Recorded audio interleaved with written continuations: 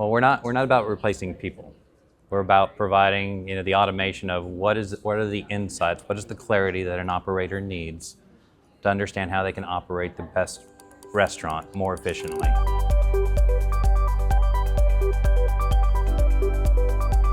At the 28th ICR conference in Orlando, Florida, the focus is on growth and innovation. Here to share more is David Cantu. He is the CEO of Craftable. It's a Texas-based hospitality management platform. David, welcome. Good to be here. Thank you for having me. So what is Craftable? So we're intelligent restaurant back office solution, offering ordering, AP automation, inventory, and recipe management. So in practice, what does that look like? If I'm a customer of Craftable, what services are you providing to me? So think anything coming into the restaurant, anything that was ordered. So where that orders system to where we have all the SKUs of where they can order, whether that be food or it could be liquor, beer, wine, any of their drinks, in addition to paper goods, all the supplies. We are also the receiving mechanism to where we capture invoices. We call it AP automation, to where taking a snapshot, leveraging AI and an agent, we're taking this regular format, turning it digital, embedding that directly into the general ledger, to where these brands have full visibility into their real-time food cost. And I hear you saying that you're innovating by using AI, new technology. How do you stay true to the core of your business, which is hospitality, while continuing to innovate with technology? Well, we're not about replacing people. We're about providing, the automation of what are the insights, what is the clarity that an operator needs to understand how they can operate the best restaurant more efficiently. Now, I would love to say that we're going to teach them hospitality, but those are part of the things that they love and they grow up. I was a restaurateur for a long time, so loved providing great meals, great service with hospitality. What we teach them is really more on the financial side. Like, where is their potential loss, waste? Where are they overspending? Where could they possibly even have pricing adjustments to where everything purchased, capturing, we're flagging it if it's off of their normal price, to where we can take that all the way through the recipe items straight to the plate cost. So they understand if certain dishes or drinks have a lower margin based on something recently purchased. Do you have any statistics around how this is helping restaurants' bottom line? So typically, right now, so the margins is probably the biggest challenge that restaurateurs face today. A lot of them keep focusing on taking price, but the median margins right now for full service restaurants is about 2.8%, 4% based on fast casual restaurants. So with that, you think about your two highest controllable expenses, food cost and labor cost, runs around 65 to 68%. Outside of that, there's paper goods, there's chemicals, there's linen, there's utilities, there's comps, there's a tremendous amount of other waste that are occurring. So they didn't have visibility prior to this before. They usually have food and labor, but we're allowing them to see where cost is leaking. Like, where are they losing by showing variances? So typically, most back office will claim 2 to 3%.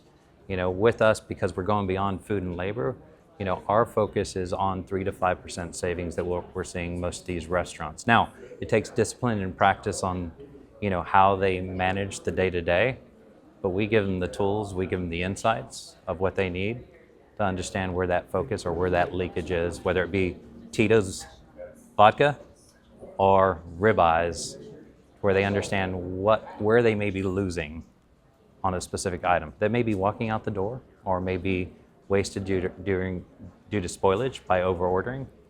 That's the kind of clarity we'll give these operators. How much waste do restaurants see on average per year? Ooh. Well, let me tell you, like the industry waste, I think it's somewhere around 20 to 25 billion pounds of waste in restaurants. So typically waste is probably anywhere 4 to 8% is what they may see on their specific food. But like 20 billion pounds of waste it can feed 7 million people for a full year.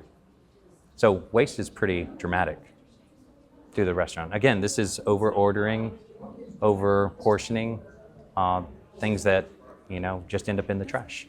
And what has your growth trajectory been since you took the helm at Craftable? I've been on 6 months, so I wish I could say 150%. But Full excitement. We are continuing to see we're double-digit growth, and we have been double-digit growth for the past 3 years. And as far as us, really, our focus is continuing.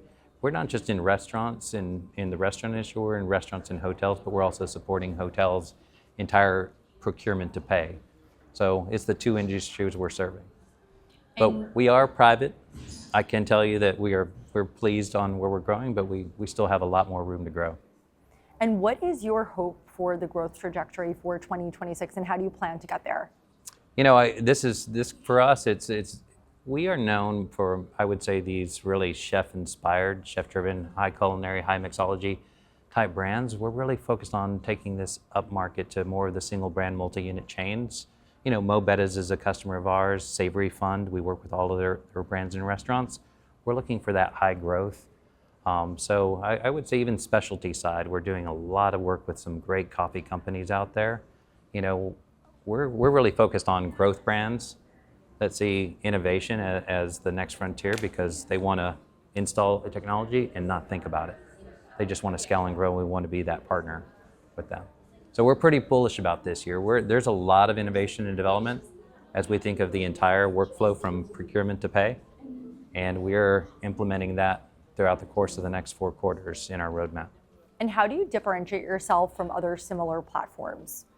A lot of back office typically is a retrospective. I consider it's usually you're looking at analytics and you're looking at what did I do last month in sales, or what did I do in terms of food cost. So it's a rearview mirror.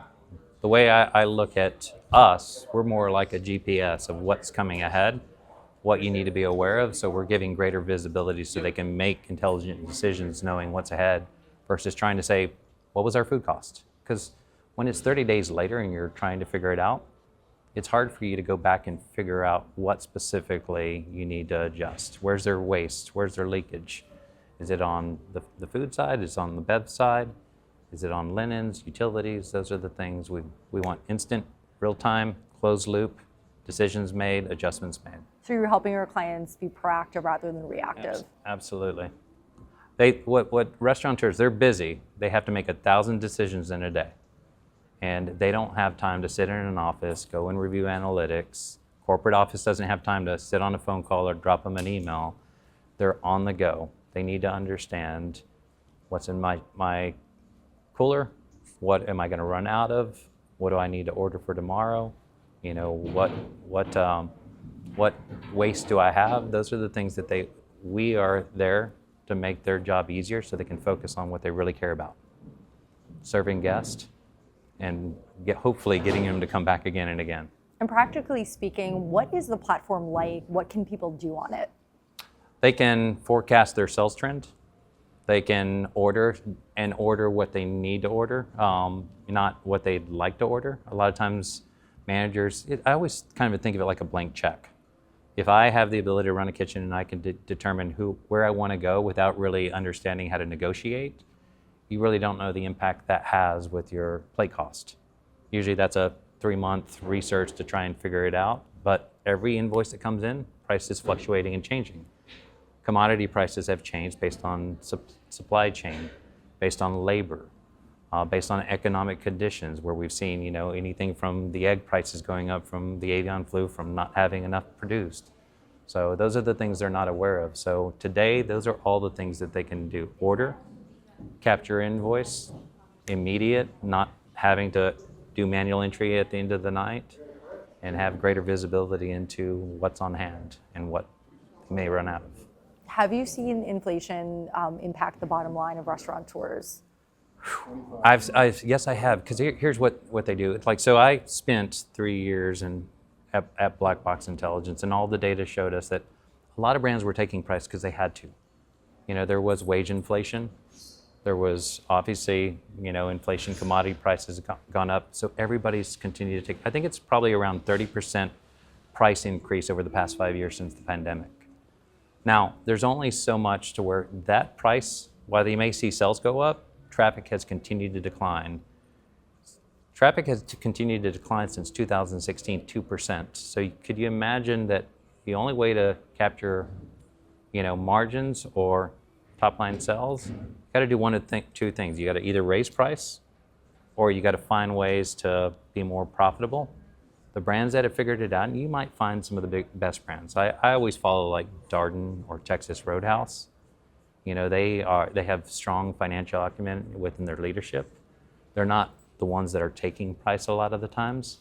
They maintain that price, and they're seeing more traffic come in. They're really focused on traffic, you know, not price necessarily. All right, and what can we expect from Craftable in 2026? Well, what I'd hope for is that, you know, you would see Craftable more in this mid-market enterprise as we continue to evolve on the technology. And, you know, for us, we're going to keep pushing the envelope on AI to provide more clarity, to provide more insight to where these managers can make smarter decisions. I want to help the industry evolve on building the financial acumen, not just the hospitality and culinary side. I think when we can have a well-rounded leader in these restaurants, the likelihood of their success is far greater, and we want to be that partner. All right, David Cantu, CEO of Craftable, thank you so much for joining us. Pleasure. Thank you.